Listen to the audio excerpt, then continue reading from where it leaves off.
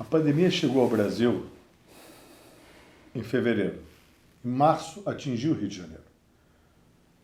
Hoje, cerca de 1 ano e meio depois, temos mais de 50 mil mortes no estado. Num total de quase 500 mil de pessoas no país. Se nós formos analisar, nós temos aqui que cerca de 15% dos pacientes que se contaminam com o Covid necessitam de internação hospitalar. Nesse grupo, dependendo do cenário, num país continental como o Brasil, com uma heterogeneidade imensa no atendimento médico, na capacidade de tecnologia e de cuidado, varia de 15% a 30% desses pacientes necessitam ir para o respirador. E aqueles que vão para o respirador podem ter uma mortalidade, dependendo do cenário, que pode chegar até 70%. Para nós conversarmos sobre essa realidade, das indicações de suporte mecânico respiratório no paciente com Covid-19, temos aqui o Dr. Fernando Rodrigues, chefe da unidade pós-operatório do Hospital Procardíaco e que durante a pandemia coordenou, dentro da sua unidade, o tratamento dos pacientes críticos em Covid. Fernando, é muito bom ter você aqui conosco para poder dividir conosco a sua experiência, o seu aprendizado. E gostaria de iniciar a nossa conversa perguntando a você, Fernando, qual é o perfil de doentes com Covid que acabam necessitando de suporte ventilatório? Obrigado pelo convite, Montera. A gente vem passando já por esse ano praticamente inteiro de 2020, e agora já estamos na metade de 2021, e a gente notou uma pequena modificação do perfil dos pacientes que precisam de terapia intensiva e, consequentemente, de prótese ventilatória invasiva. No início da pandemia, notadamente, nós tínhamos os pacientes mais idosos. Aqui no nosso hospital, no Procardíaco, com idade acima de 75 anos, a mediana de idade alta, bem alta, entre 75 e 80 anos. Notadamente, né, nos hospitais espalhados pelas sedes que foram publicadas, acima de 65 anos com comorbidades, principalmente diabetes, hipertensão e doenças renais crônicas, além das doenças pulmonares crônicas. Mas para esse ano, né, depois da segunda onda, nós tivemos um rejuvenescimento, vamos assim dizer, do perfil de pacientes. Alguns pacientes sem comorbidade, os pacientes um pouco mais novos, a nossa mediana de idade caiu um pouco, mas é claro que os pacientes mais idosos ainda continuam sendo a maioria dentro das unidades de terapia intensiva. E nesse grupo de pacientes que você descreveu, assim, se eu sou obeso, se eu sou asmático, se eu sou diabético, se eu sou sedentário, isso exige de mim um cuidado maior? Eu tenho que ter medo, posso dizer essa palavra, de pegar Covid e ter com isso uma chance maior de ir para o respirador, e não só isso. Se eu precisar de um respirador, eu tenho mais chance de morrer com isso, Fernando? Com certeza, quanto maior é o número de comorbidades do paciente, quanto maior é a carga de doenças que ele tem e o estágio delas, e principalmente um grupo de pacientes com perfil de comorbidade importante foram dos pacientes obesos, né? Os pacientes obesos, eles acabaram evoluindo, né, em quantidade percentual, quando evoluíam para a gravidade, percentualmente com maior necessidade de ventilação mecânica por conta da dificuldade ventilatória, né? Por conta da questão da obesidade, do padrão restritivo que esses pacientes já têm da capacidade pulmonar com relação à superfície corpórea deles. E, obviamente, em indo para a prótese ventilatória, algumas questões ficam mais difíceis do que em pacientes não obesos, como, por exemplo, alguns tipos de manobra que melhoram a oxigenação. É um pouco mais difícil nesses pacientes que tem um índice de massa corpórea muito alto, né, o peso muito grande, é difícil de mobilizá-los no leito e muitas vezes é difícil de colocar a ventilação mecânica deles adequada para que a gente atinja determinados níveis de troca gasosa e, por exemplo, PCO2 no sangue controlado nesse tipo de paciente. Então, eles são um paciente de atenção especial e de potencial dificuldade ventilatória. E qual o critério para indicar intubação e suporte mecânico ventilatório? O critério para indicar a intubação e suporte ventilatório mecânico invasivo durante a COVID, ele se tornou um tema até controverso, porque antes da pandemia a gente estava acostumado a lidar com pacientes que, à medida que eles iam evoluindo com insuficiência respiratória e agravamento da doença, eles também deterioravam o sistema cardiovascular e muitas vezes diminuíam o nível de consciência. Então, eles acabavam precisando do suporte ventilatório por conta de uma miríade de questões que se apresentava junto com a gravidade da doença. A COVID-19, ela causa uma doença respiratória aguda grave, né, a SARA, mas ela vinha muitas vezes acompanhada só da disfunção respiratória. Não trazia a disfunção hemodinâmica, não trazia a disfunção neurológica. Então, esses pacientes acabaram sendo divididos em dois grandes grupos. O grupo dos pacientes que se apresentava com dificuldade respiratória e esforço respiratório, dificuldade de oxigenação importante, alteração do nível de consciência, o que foram classificados como pacientes unhappy, ou seja, tinham uma hipoxemia que eles não continuavam conversando normalmente com a gente, e os pacientes que tinham um perfil chamado de happy hypoxemic. Ou seja, eles tinham hipoxemia importante, eles dessaturavam de forma importante, você colocava o oxímetro de pulso, eles saturavam 80%, 85%. Eu vi alguns pacientes saturarem abaixo de 80%, conversando normalmente, dizendo que estavam com pouca queixa respiratória. E isso se tornou um desafio. No início da pandemia, notadamente pelo medo de transmissão para a equipe. Né, a equipe multidisciplinar que estava atendendo os pacientes. Então, a gente tinha uma dificuldade, a recomendação que vinha para a gente é que se a gente ultrapassasse um determinado nível de suporte de oxigênio, esses pacientes deveriam ser intubados, porque a gente não deveria usar as cânulas de alto fluxo ou não deveria usar a ventilação mecânica não invasiva pelo risco de aerossolização e o risco de contágio da equipe que estava assistindo esses pacientes. Com o tempo, nós fomos entendendo que muitos desses pacientes poderiam ficar fora de prótese ventilatória e a gente levar o tratamento deles com suporte que a gente diz não invasivo, ou seja, os catéteres nasais de alto fluxo, notadamente, e a ventilação não invasiva. E aí uma série de estratégias foram surgindo para diminuir o risco de aerossolização nesses pacientes que usaram suporte não invasivo.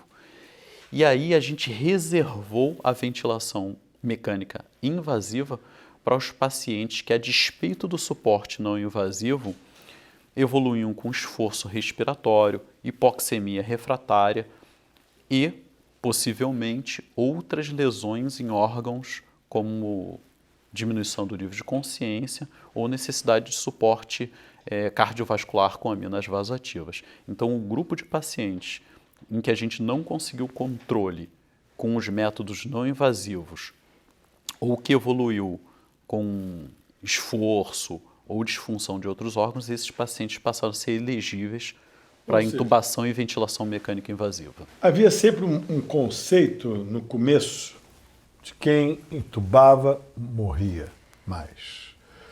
Então se fazia tudo para evitar a intubação. É como se a intubação eu estivesse botando uma doença na pessoa.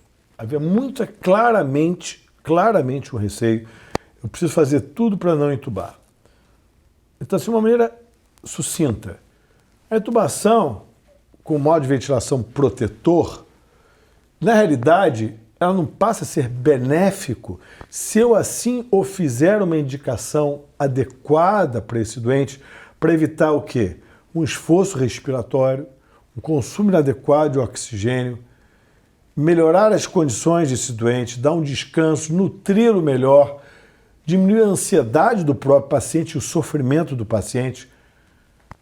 Afinal de contas, isso que eu acabei de colocar para você é um fato?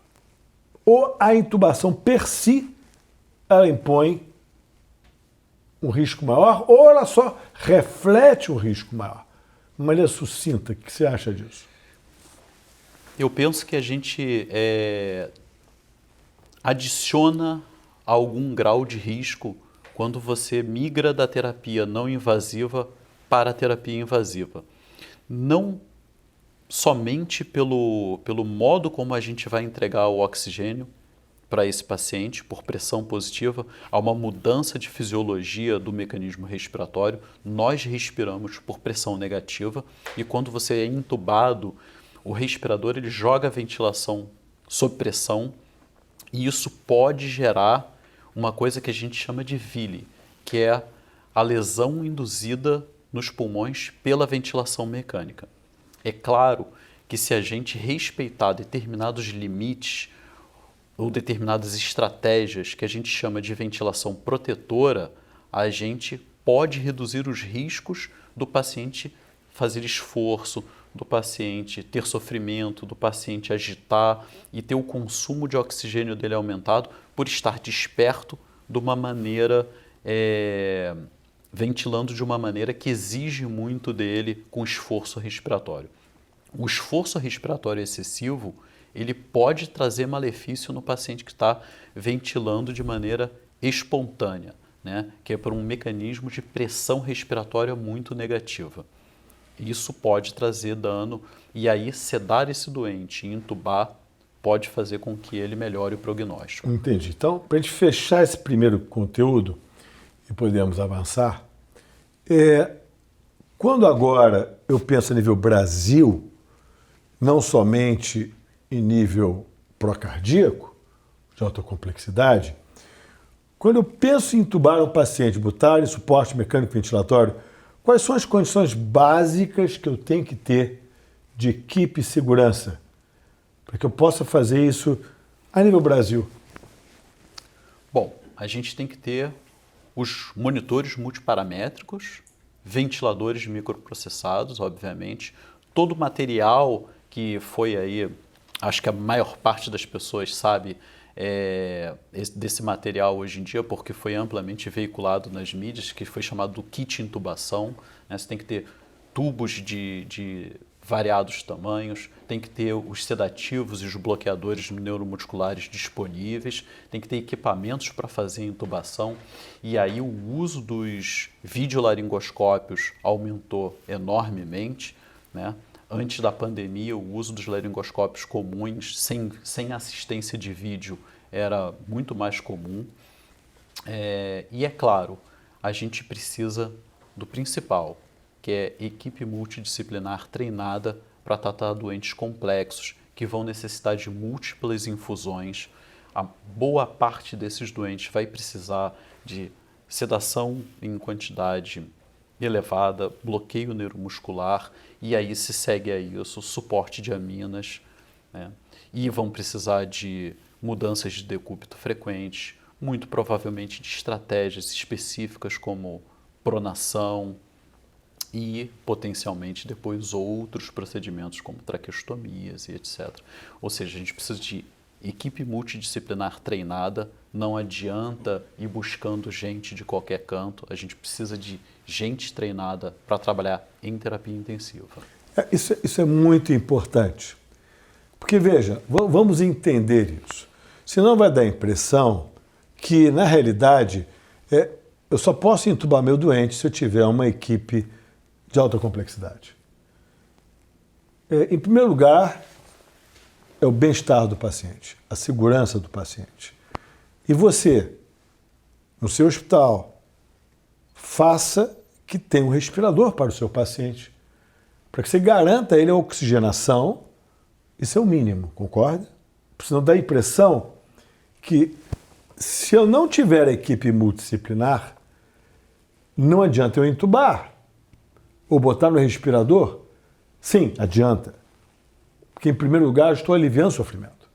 Mas o que o Fernando está pontuando, e ficar muito claro isso para você, você vai falar, olha, eu estou aqui no interior, tenho meu respirador, mas eu não tenho um fisioterapeuta para cada leito, eu não tenho um suporte pleno de multidisciplinaridade, um laboratório 24 horas para que eu possa ter isso. Não, você pode entubar, você pode botar suporte ventilatório, mas tem que ter o mínimo de segurança.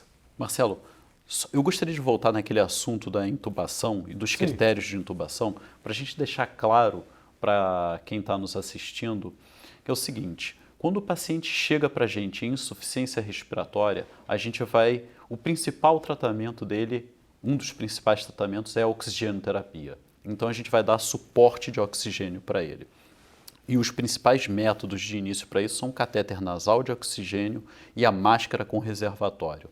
A ideia é que ele sature acima de 90% a 92% pelo menos.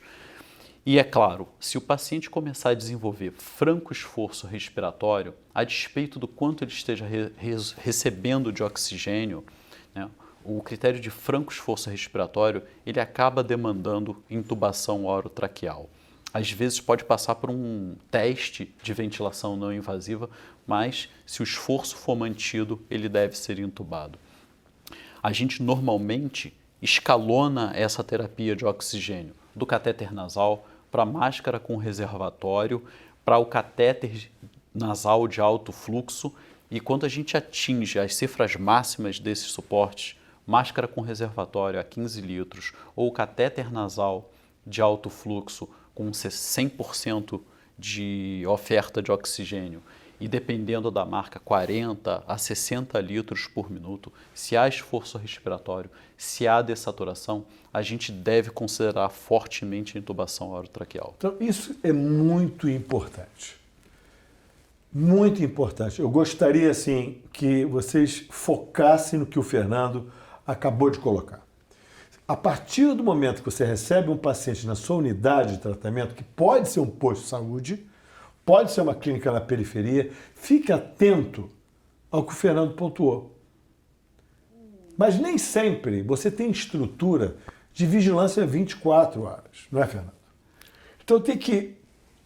ali, como ele colocou, é o critério do médico, no qual você vai ter que avaliar a segurança do ambiente, porque às 3 horas da manhã, esse paciente que às 9 da noite estava bem, pode instabilizar. E quem vai ver?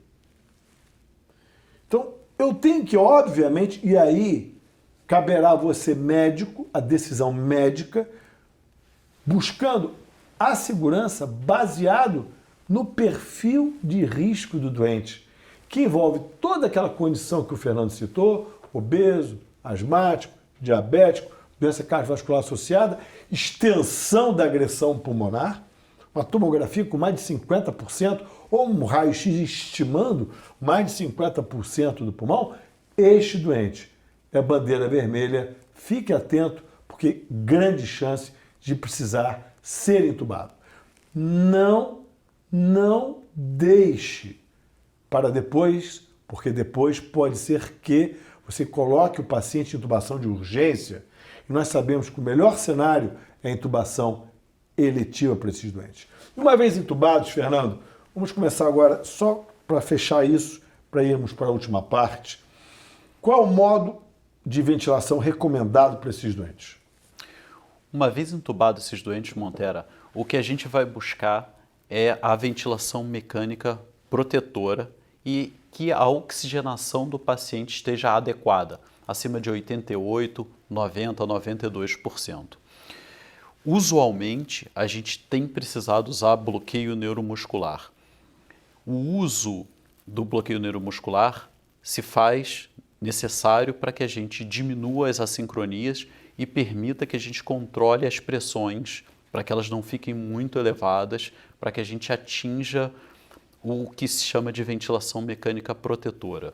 Volumes correntes, ao redor de 8 ml por quilo de peso para baixo e pressões de platô, que são pressões na ventilação mecânica abaixo de 30 centímetros de água de pressão.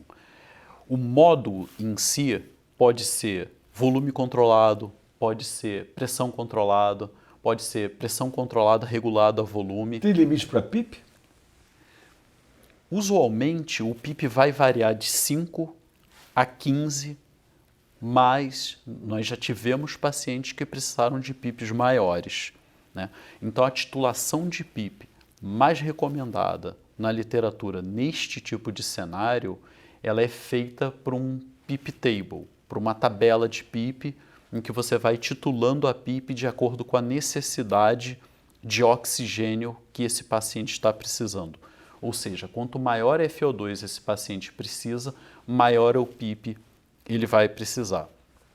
Mas é claro, dependendo da sua disponibilidade de especialista, podem ser avaliadas manobras recrutativas, ou seja, manobras em que se eleva temporariamente o PIP a níveis mais altos do que o PIP que você vai deixar o paciente ventilando durante um período de tempo menor, e você vai subindo esse PIP de forma incremental e depois descendo e vai avaliando como se comporta a complacência pulmonar de acordo com o nível de PIP, e você regula o PIP ideal para esse doente. Ou por manobras bruscas de aumento do PIP, que são menos recomendadas, e a manutenção durante um determinado período desse PIP aumentado, e depois uma diminuição que pode ser tanto decremental, escalonada, ou de acordo com uma tabela de PIP. Ou seja, ventilação protetora é a primeira opção. E, finalizando isso, traqueostomia, indicação, e antes disso, prona, sim ou não, de rotina para esses doentes? A prona, ela não é indicada de rotina para todos os doentes que vão ser intubados, porém ela é fortemente recomendada para os pacientes que têm um índice de oxigenação abaixo de 150, ou seja, a PF, né, a famosa PF, que você calcula usando a PO2 da gasometria dividido pela FO2, a fração inspirada de oxigênio. Abaixo de 150, e uma boa parcela desses pacientes vai ter a PF abaixo de 150, eles devem passar por um trial de prona. É fortemente recomendado. E eles vão estar sedados e curarizados. Essa manobra é uma manobra em que você coloca o paciente em decúbito ventral, precisa de uma equipe multidisciplinar olhando para esse paciente, e isso vai fazer com que a relação ventilação-perfusão do pulmão fique mais homogênea e você melhore a PF nesses pacientes. Essa manobra dura de 12 a 16 horas, notadamente, mas nós vimos até alguns pacientes responderem de forma positiva com pronas mais prolongadas. Traqueostomia, indicação. A traqueostomia é um tema controverso. Ela é advogada como, quando feito precocemente, como melhor para liberar o paciente da ventilação mecânica, diminuir a taxa de eventos adversos do ponto de vista infeccioso e do ponto de vista da própria traqueia, de lesões como traqueomalácia, por exemplo, mas não há uma certeza absoluta de literatura qual o momento, né, de fazer a traqueostomia. Então, quando a gente tem uma expectativa, usualmente, de liberar o paciente de ventilação mecânica ao redor do 10º dia, a gente possivelmente não vai traqueostomizar esse doente. Agora, quando a expectativa de ventilação mecânica é mais prolongada, mais do que 10, 14, às vezes 21 dias, e isso é uma dúvida de literatura, aí a gente deve pensar na traqueostomia. Benefícios da traqueostomia mais precoce: diminuir a carga de sedativos e bloqueadores neuromusculares, permite uma melhor toalete da via aérea. Agora, ela também traz com ela algumas dificuldades. É mais difícil de fazer a prona nos pacientes, apesar de ser possível, nós vimos isso na prática. Ela também tem os seus riscos, apesar do risco ser baixo de literatura, e a maioria dos cirurgiões torácicos a desempenha de forma adequada, com baixos riscos, mas ela pode acarretar sangramentos, ela também pode levar a lesões de traqueia importantes. Então, tudo isso deve ser pesado, esses riscos e benefícios, na hora de decidir por traqueostomizar ou não o paciente. Fernando, após cerca de 600 pacientes tratados, mais de um ano observando essa pandemia que ainda não acabou, eu gostaria que você finalizasse trazendo para a gente, primeiro, o que foi de mais impactante para você nesse período, se é que a gente pode dizer que é algo mais impactante como médico.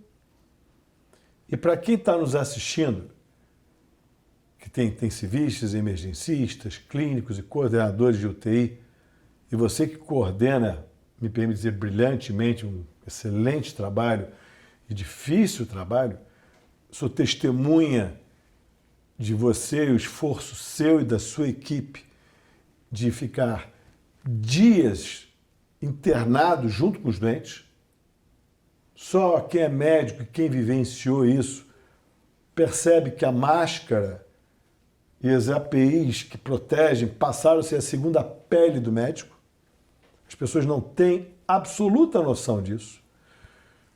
Rostos marcados e feridos, olhos encovados, ganhos de peso, depressão e ansiedade da equipe, que nós somos seres humanos, temos filhos, temos esposas, temos casa, medo da infecção, saber lidar com a dor da perda diária, porque todo dia morre alguém, saber lidar com o isolamento do paciente e da família, saber lidar com as ligações do desespero da família que quer a notícia daquele ente querido que está sozinho, você está cansado e você tem que buscar forças para poder sorrir, forças para que o seu olhar transmita esperança, e isso está acontecendo. Isso não aconteceu. Isso continua acontecendo, porque a pandemia não acabou. Eu estou trazendo isso para vocês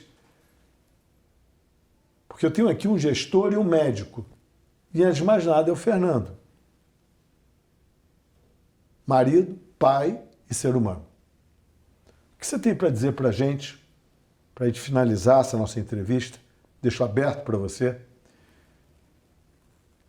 O que te impactou e o que você gostaria de passar para todos os médicos que estão nos vendo e que precisam da ajuda da sua experiência, o que você poderia contribuir para eles? Bom, no início da pandemia os desafios foram enormes, né? Doença desconhecida, alguns relatos vindos de fora traziam um impacto muito grande e angústia, porque um dos primeiros artigos publicados da série de pacientes ventilados em Nova York trazia uma mortalidade ao redor de 90%. Relatos de médicos e enfermeiros adquirindo a doença e falecendo, ou seja, um impacto muito grande. Então existia medo, teve isolamento dos pacientes e teve o nosso isolamento, né? E como você bem falou, nós moramos alguns dias, né? A gente vinha para o hospital e às vezes passava mais de um dia dentro do hospital tratando os pacientes. Nos isolamos das nossas famílias. Tudo isso impactou muito. Mas, assim, certamente a coisa que mais me impactou foi o isolamento dos pacientes, porque nós vínhamos acostumados a ter as famílias juntos dos pacientes e existia uma interação humana, próxima, entre nós, os profissionais da saúde, os pacientes e os familiares. Então, nós vivíamos já com doenças graves antes, né? Lidávamos com o sofrimento, mas esse distanciamento tornou o sofrimento muito maior.